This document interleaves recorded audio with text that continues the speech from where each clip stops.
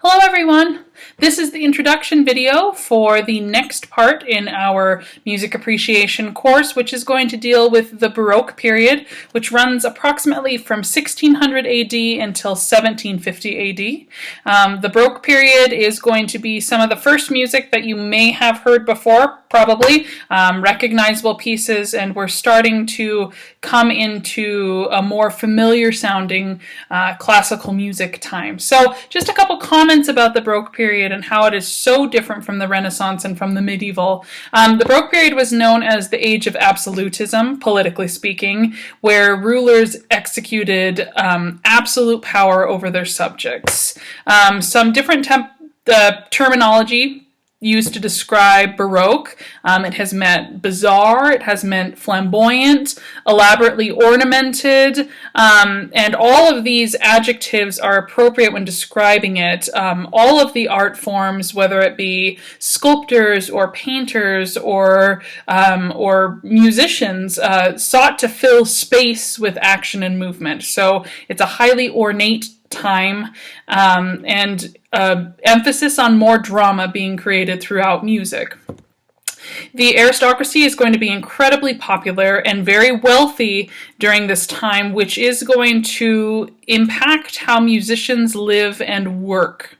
Religiously speaking, we've just left the Renaissance, where we had the Council of Trent and where we had very powerful religious organizations kind of running specifically the Catholic Church, kind of running Europe. At this point, Europe is divided into the Protestant countries of Germany, England, Holland, Denmark, Sweden, and into the Catholic countries, which are Italy, France, Spain, and Austria.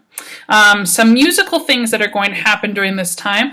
Baroque period is the first time where we see opera, so that is an exciting new frontier that music hasn't experienced yet that will be developed during the Baroque. There's an emphasis more for homophonic music over polyphonic music. So more pieces where people and all the musicians' parts are kind of working together. There's an emphasis on clashing dissonant music. That sort of idea of tension and release in music is going to become very important. All of a sudden, instrumental music is going to become a little bit more important than vocal music, whereas in the past, vocal music has been primarily what we've listened to in the medieval and Renaissance. Now, in the Baroque period, instrumental music will take over. A single piece of music was typically written to represent a single emotion or a single affection, as opposed to having lots of different things going on at the same time. There's usually one idea that they're trying to get across in their music. And there's a very interesting and important instrument group here that happens only in the Baroque period. It doesn't make it to the next period, called the basso continuo. Basso continuo was an accompaniment used to play along with small ensembles and soloists, and basso continuo was made up of two separate instruments. There was some sort of keyboard instrument, so something like a harpsichord or an organ, as well as a low instrument, so something like a Baroque cello or a bassoon or something along those lines that would play a bass line, and those two instruments would act together to accompany. The Baroque period is the first time where we see evidence of what we would think of as a modern orchestra.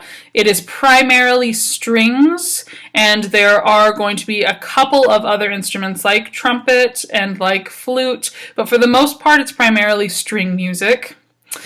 So when I was saying about aristocracy having a lot of money and power at this time, royalty would actually have their own orchestras within their homes, their own choirs, their own opera singers, and however rich you were, your ensemble only got larger the more money you had. So it was a highly sought position as a musician to be a music director for one of these aristocrats. It was a respected position at this time, so things have changed a lot since the traveling troubadours of the Renaissance period. You would get paid relatively high.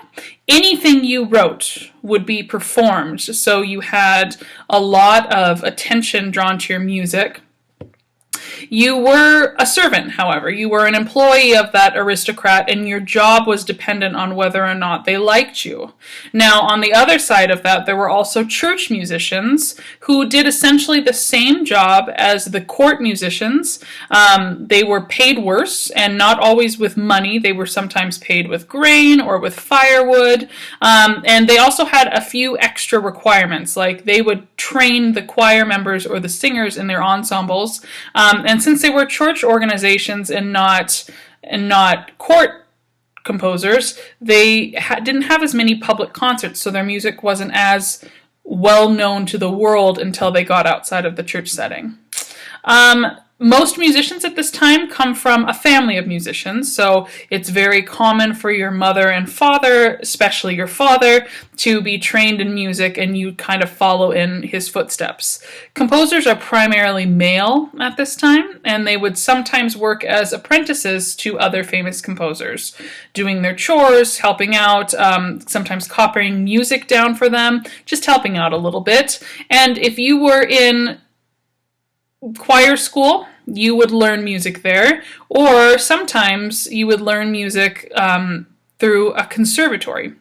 Now, modern days, we think of conservatories as private, elite, sometimes expensive music schools, but conservatory is actually Italian for orphans' homes. So if you were an orphan and you were in one of these homes, you would learn how to play music. It was one of the things that would happen there, and every conservatory would have their own orchestra or their own choir where you would get trained in music. Females would not be hired on as music directors at this time, but they could play in some of the orchestras, and they could occasionally compose. They just weren't as well known. So some of the more popular forms that we will talk about from here until the rest of the year are going to appear during this time. One of them is the concerto, which is a symphonic work that features a solo artist playing with the orchestra.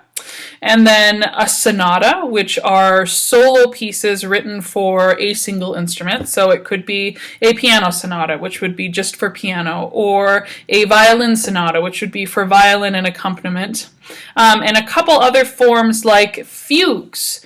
We have an assignment on fugues that it's a kind of a complicated musical thing, but I'm hoping there's a video incorporated with it, as well as our text will kind of get the idea across. So I hope you enjoy the Baroque period. There's lots of good music from this time period.